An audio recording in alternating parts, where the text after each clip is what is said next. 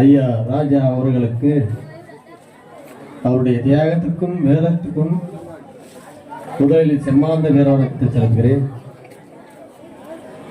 அன்பார்ந்த படத்திருப்புழா மற்றும் நினைவேந்தல் நிகழ்ச்சிக்கு தலைமை பொறுப்பேற்று நடத்தி கொண்டிருக்கும்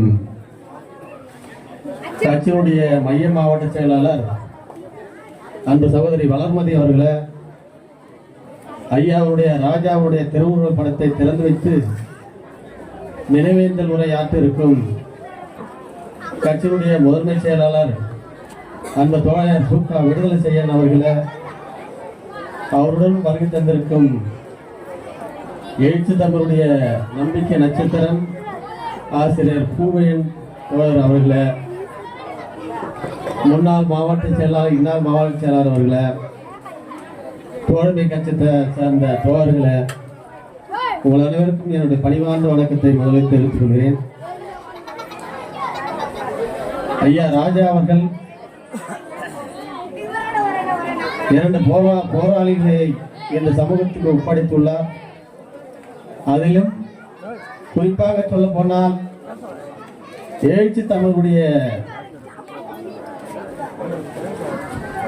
கட்சியிலே பயணிக்கக்கூடிய ஒரு பிள்ளைகளை இந்த சமூகத்துக்கு ஒப்படைத்துள்ளார். அவர் அனைத்து இந்திய அண்ணா திராவிட முன்னேற்ற கழகத்தை சேர்ந்தவராக இருந்தாலும் தன்னுடைய பிள்ளைகளை இந்த சமூகத்துக்கு ஒப்படைத்துள்ளார் என்று சொன்னால், பிறந்தோம் வாழ்ந்தோம் இறந்தோம் இல்லாமல் வாழ்ந்து கொண்ட காலங்களில் வரலாறு படைத்தவர் ஐயா ராஜா அவர்கள். இந்த சமூகத்துக்கு 2 போராளிகள் ஒப்படைத்திருக்கிறார் என்று சொன்னால் அவரை இந்த நேரத்தில் பாராட்டுகிறேன், வாழ்த்துகிறேன்.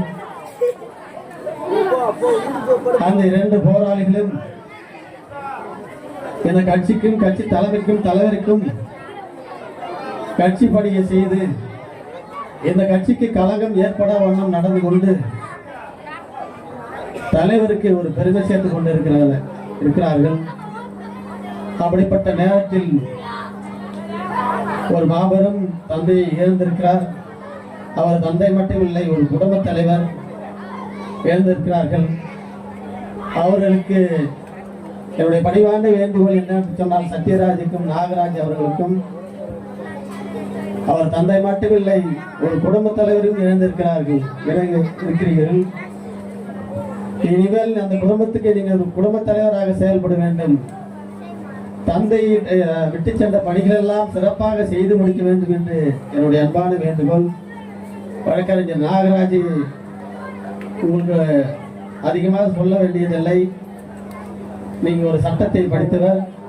அவர்கள் குடும்ப பொறுப்புகளில் அதிகமாக கவனம் செலுத்த வேண்டும் என்ற நேரத்தில் கேட்டுக்கொண்டு, ஐயா ராஜா அவர்களை இழந்து வாடும் சத்யராஜ், நாகராஜ் அவருடைய தாயார், நாகராஜனுடைய தாயார், சத்யராஜனுடைய தாயார், அவர் உற்றார் உறவினர்கள் அனைவருக்கும் என்னுடைய ஆழ்ந்த இரங்கலையும் அனுதாபத்தையும் தெரிவித்துக் கொண்டு, மீண்டும் ஒரு முறை ஐயா ராஜா அவர்களுக்கு என்னுடைய செம்மாந்த வீர வணக்கத்தை செலுத்தி விடைபெறுகிறேன். நன்றி, வணக்கம்.